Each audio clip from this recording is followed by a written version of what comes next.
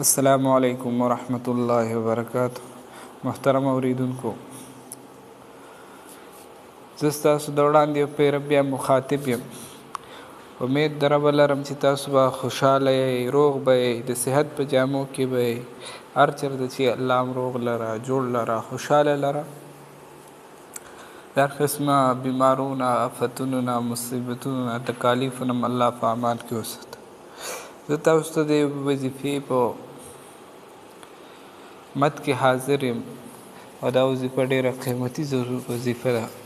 یو سړی وایي زما یو حاجت دی چې الله رب العزت راله حاجت پوره کړي.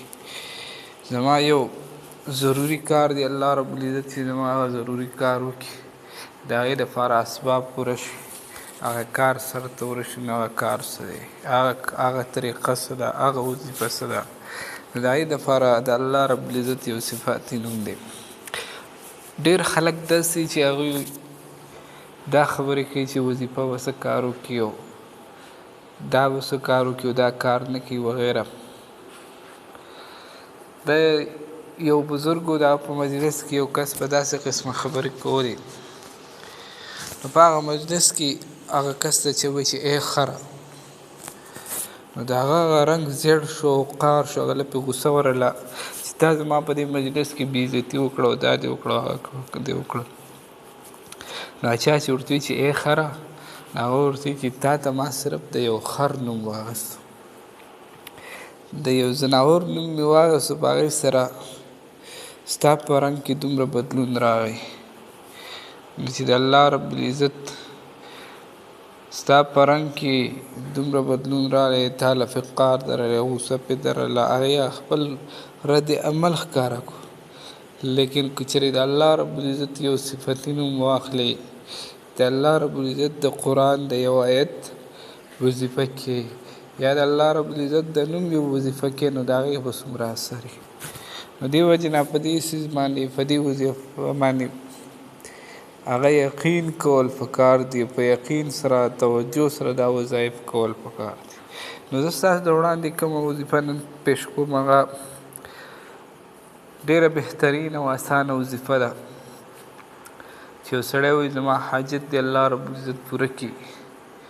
نو دا د هغې دپاره وظیفه ده چې د ماسپښین لمونځ نه پس 11 پیرې درود ابراهیمي، کوم څه درود شریف چې موږ په لمونځ کې وایي چې اللهم صل علی محمد وعلى آل محمد کما صلیت علی ابراهیم وعلى آل ابراهیم انک حمید مجید. دا درود شریف آخره پورې 11 پیرې وایي.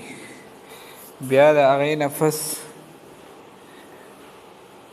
100 پیرې یا باقي یا باقي یا باقي دا ووایي.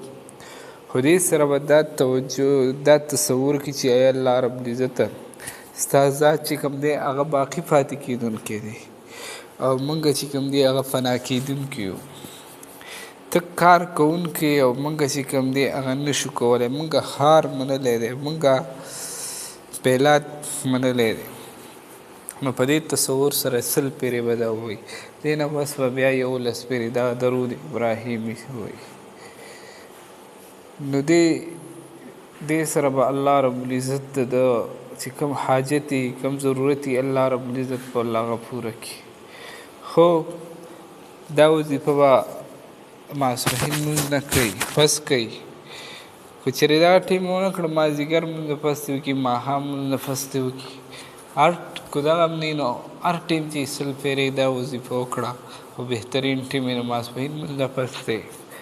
خو دا وظیفه به یو په اودس کې کوي، بل به پکې د چا سره خبرې نه کوي، بل به په الله باندې یقین ساتي چې الله رب العزت به دې په ذریعې سره زما حاجت پوره کوي. او بله دا وظیفه به د هغې پورې کوي چې څو پورې د حاجت هغه کار نه وي شوی.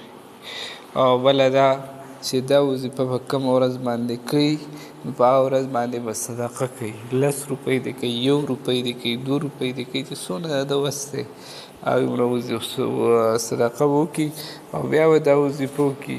نو انشاءالله العزیز د دې وظیفې برکت سره به الله رب العزت د ټول حاجتونه هغه پوره کړي. کوم حاجت چې دی الله رب العزت په هغه پوره کړي.